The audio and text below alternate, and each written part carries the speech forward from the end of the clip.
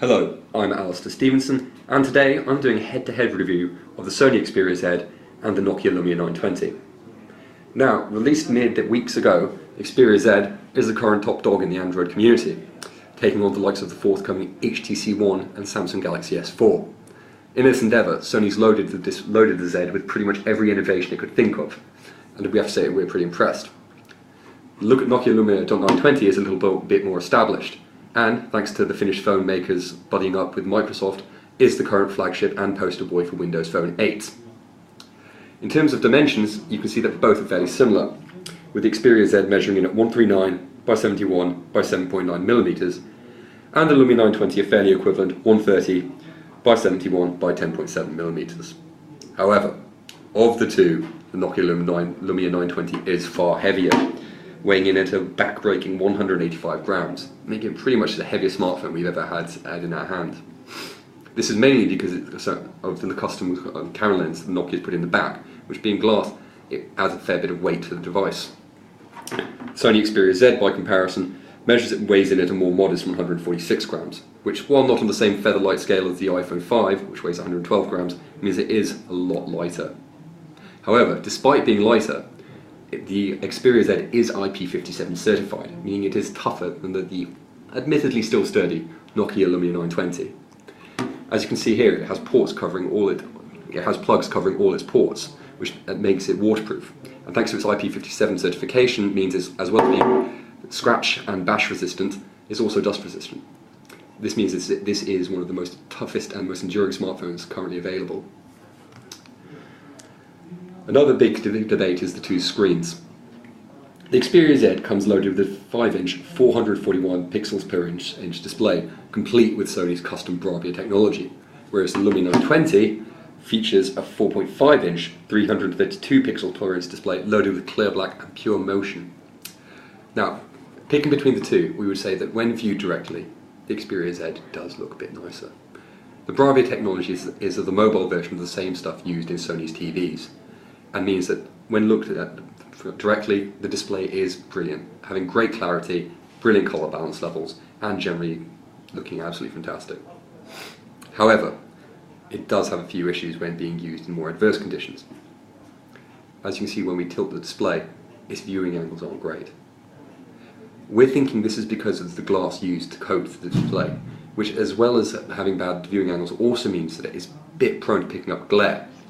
Used outside direct sunlight, we've regularly found that the display becomes all but unusable. But still, considering the fact you can use it in a monsoon, it's a bit of a trade-off. Now, the Lumia 920, by comparison, features clear black technology. Now, this is technology by Nokia designed to make blacks deeper and richer, and this also means that the colours pop out more. Using it, while the pixel per inch count is lower, we found this meant that the colours do pop out a bit more on the Lumia 920 display, and it's got better viewing angles, and it's slightly easier to use when in bright sunlit conditions. Additionally, for those using it outside, pure motion is a great bit of technology, which means that you can actually navigate and use the screen while wearing a glove. While this may sound small, living in cold and windy Britain, it really is a boon, not having to sacrifice our hands' warmth when checking our email on the move. In terms of power, there's a big debate going on. Like most top-end Android handsets, the Xperia Z is quad-core, while, thanks to Windows Phone 8 and its new ability to take multi-core processors, the Lumia 920 is dual-core. Both feature Qualcomm processors. Z has a 1.5 GHz quad-core one, while the 920 has a 1.5 GHz dual-core Qualcomm processor. However, thanks to the Windows Phone 8 operating system, we found that the Lumia 920 is able to match the Z on performance. Doing speed tests, loading web pages, videos, and playing fairly power-intensive 3D games, we never suffered any issues on either device, and would say that they are both powerhouses, and are really, really impressed. Additionally, unlike a few other older handsets, thanks to Jelly Bean and its Project Butter, we found that the Xperia Z is completely free of the chug and glitches that would plague older Android versions, and is almost as smooth to use as the Apple iPhone 5 with its optimised iOS 6 operating system. Moving on to the next big debate, the two devices are both designed to have excellent cameras. Now, the Xperia Z comes with a 13.1 megapixel rear camera, which comes with Sony's own custom camera technology, the same stuff used in some of its actual bespoke cameras. Whereas the Lumia 920 comes with an 8.7 megapixel rear camera, complete with a Carl Zeiss lens, and some custom pure view technology by Nokia. Now, don't get confused with the pure view technology used in Nokia's 808 pure view camera a few years ago. This is not the same 41 megapixel technology. Instead, the pure view in the 920 refers to the floating camera lens it has. Now, this means that the 920 is far better at dealing with video, which even when being shaped comes out smooth and looks a lot better than that taken on the Xperia Z. Additionally, the Carl Zeiss lens we found is slightly better in low light conditions, with pictures taken in low light looking a lot better than the 920, featuring much better colour balance levels and being significantly brighter. Photos taken on the Xperia Z in low light by comparison could look slightly pixelated and generally a little bit blurry. However, in normal lighting, the device is difficult to pick between the two, and we found that both devices, photos taken on either device, even when blown up on massive displays, still looked great, and we couldn't fault either. And we would dare say that both are among the best ever seen on any smartphone for taking photos. Now, moving on to debate about operating systems, the Xperia Z comes with a customised version of Jelly Bean. As you can see here, most of the exchanges are consumer focused, having custom Walkman, album, movies and Sony Select. Additionally, you'll see it has Video Unlimited and Music Unlimited. Basically, Sony's equivalents of more consumer focused stores. The 920 by comparison has a lot more to offer businesses.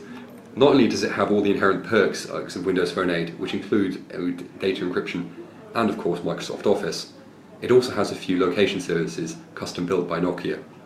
These include its Here Maps service, Here Drive, and of course City Lens. Now, of all of them, Nokia City Lens is the most interesting.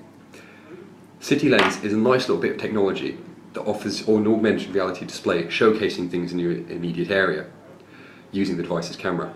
On offer, you can see it does everything from food to hotels to shopping to local transport. Being journalists used to not knowing where we are in the new city covering an event, we found the service is great, with it offering an immediate display about what's around us and where we need to go. For this reason, while we would say that both devices are great for consumers, for business users we'd have to recommend the Lumia 920. However, things may soon change, and a new top dog might enter the smartphone world with the advent of the HTC One and Samsung Galaxy S4 on the horizon. Check back with us then for coverage of all the new smartphones. I'm Alistair Stevenson, thanks for watching.